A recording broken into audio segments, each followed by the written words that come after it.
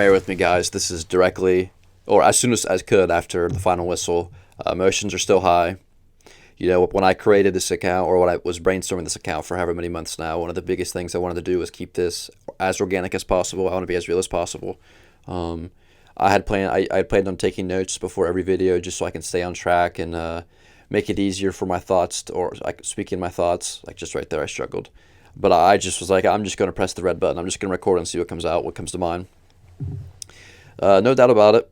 By far the worst performance under Enzo Maresca. I don't even think it's close. Um, I woke up this morning for work. I even posted about it. I was like, I feel very, very confident about this match. I genuinely thought we were going to win this. Now we've seen a lot of talk lately about Chelsea lacking this signature win under Clear Lake or Blueco, which I don't really like that comment. We've won a lot of big games, but I do understand where they're coming from because it does seem like in these big, big games we just can't hack it for some reason. But I thought we were going to win. Manchester City struggling these last few months. Um, However, three signings in January for Manchester City, there was some obvious momentum, even the build-up, obvious momentum for them. I do think they're going to turn things around, but it's just I expected the guys to be up for it, especially when you go up 1-0 within the first 2 minutes. You're like, oh, we're here. Like I lost it. I was like, let's go. We're here right now. What a play from Nicholas Jackson. That mistake does not happen from Kuchanov without Nicholas Jackson, who is the best pressing forward in the Premier League. Um, Speaking of Nicholas Jackson, he could have done better with this chance in the first half. I completely agree. However, I do think Cole Palmer could have done better. I'm not going to point the blame at any of the players. Cole Palmer has to do better. Nicholas Jackson has to do better. Side note, I thought Jadon Sancho was going to score when Nicholas Jackson dropped the ball back to him. But that's beside the point.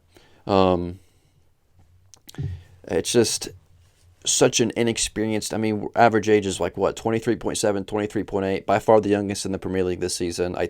It's one of the youngest Premier League teams ever. That's not an excuse. It's the reality. We're one of the youngest teams the Premier League has ever seen, and when you're playing away against the defending champions at the Etihad, it's always going to be tough. Now, I thought scoring the first goal was going to help us settle in a little more, but it was like the exact opposite. I thought after the 20th minute, Manchester City were all over us.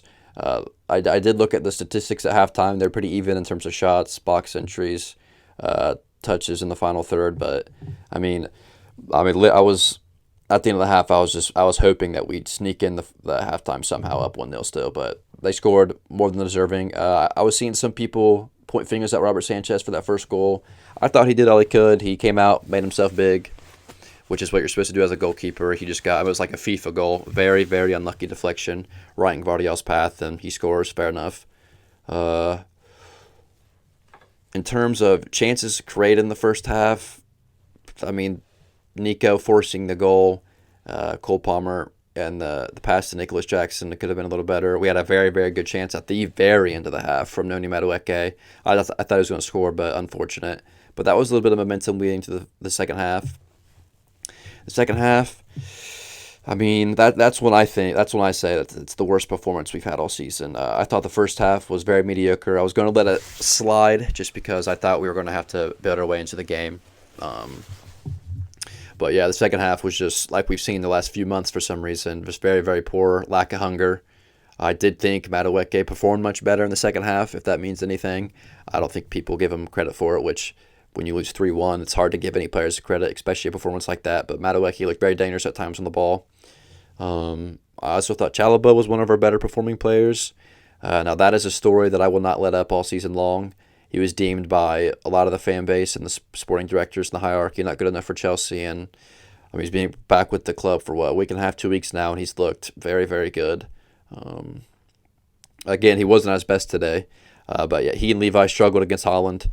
Who doesn't struggle against Erling Haaland? He's an animal. He's a brute.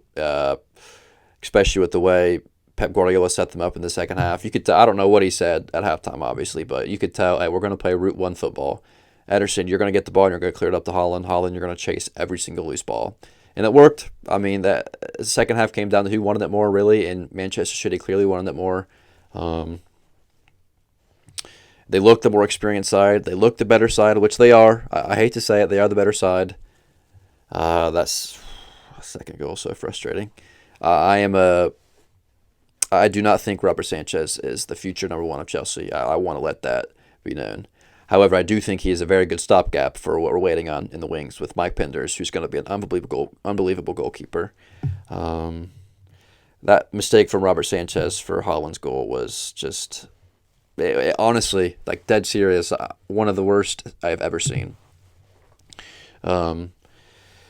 It stinks because Robert has actually he's done a decent job all season long at playing sweeper keeper at times, and that was just one of the times where he was overly confident. We had a defender there. I didn't think there was any reason for him to come out like he did, and obviously he found himself in no man's land, and Haaland chips him.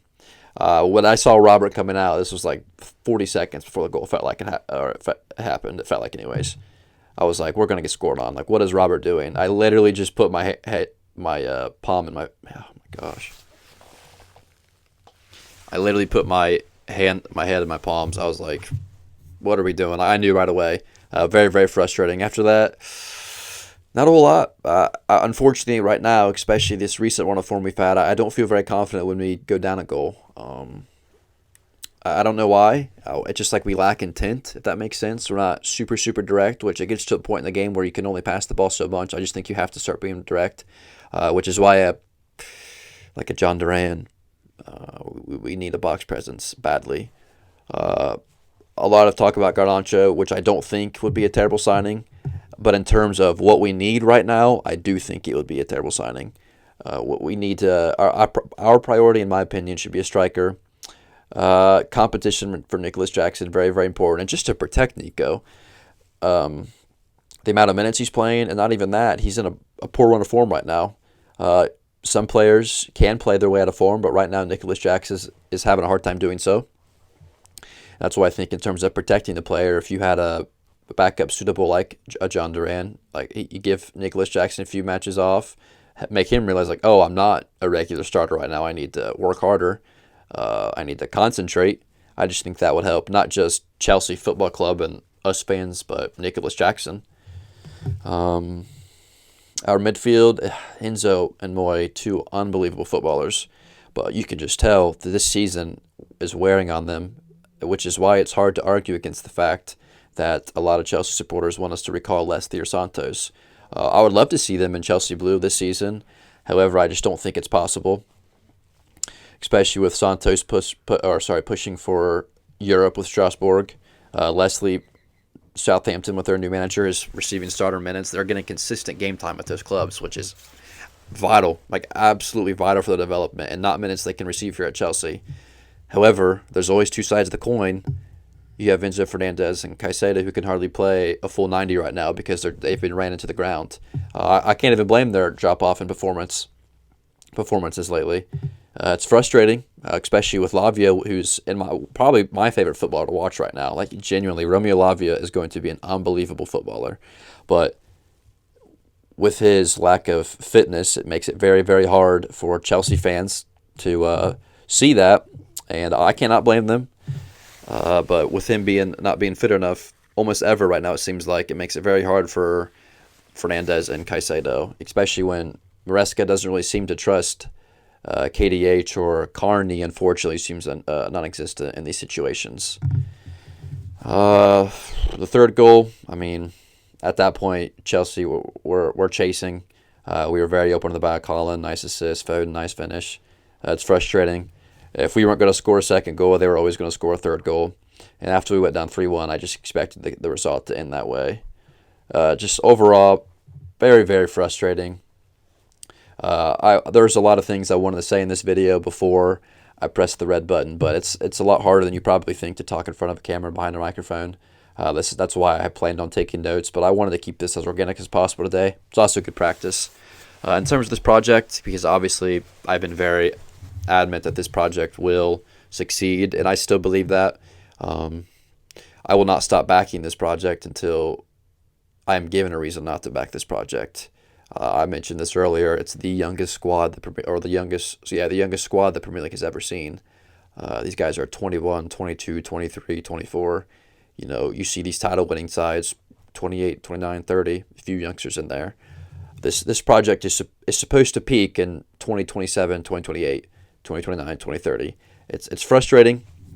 I want to win right now. I don't like losing. When Chelsea loses, never fun, ever, never ever fun. But it's just the reality. We have to be patient. It's hard to preach patience in these situations, especially when you lose like we just did. But I want you guys to know I still back this project fully. I understand if you're frustrated. Just please don't let your recency bias or your emotions take advantage of this amazing project we're going to have. I can acknowledge the lack of what's the word I'm looking for? How we built a squad. Not in terms of the players that we bought. Like I'm not gonna like João Felix is a phenomenal footballer. Christopher Nkunku is a phenomenal footballer. But like profile wise, that's what I think that we have really let Maresca down in. Thankfully, we still have a few days left in transfer window. There's still a lot to happen in the future. There's a lot of time for these directors to fix their mistakes. They've been nowhere near perfect. They also have not been nearly as bad as a lot of you guys are saying. But yeah, just please keep backing this club, back the players, see the future. I mean, likes of Kendry Paez, you have Willian, you have Mike Penders, we have Tyreek George, Keanu Dyer. We have so many players. Like there's players I'm forgetting about. This project, people talk about however much that we've spent, but a lot of the money we spent has been on the future, on players like Willian, and that's just what people don't talk about. A lot of the players that we have bought aren't necessarily with the squad right now. They will be, and they'll be a huge help, but right now they're just not. Please keep backing these guys. We're going to finish top 4, top 5 at the least. We're going to be playing Champions League football next season. If we don't, we're going to get it eventually. We're going to get it this season. Please keep backing Maresca. Don't let the emotions get the best of you, and please let me know your thoughts below, feedback below. I do apologize for. There's a lot I wanted to say, but I just kind of blanked out a little bit. But please leave feedback. Let me know what you think. I hope you are doing well and staying safe.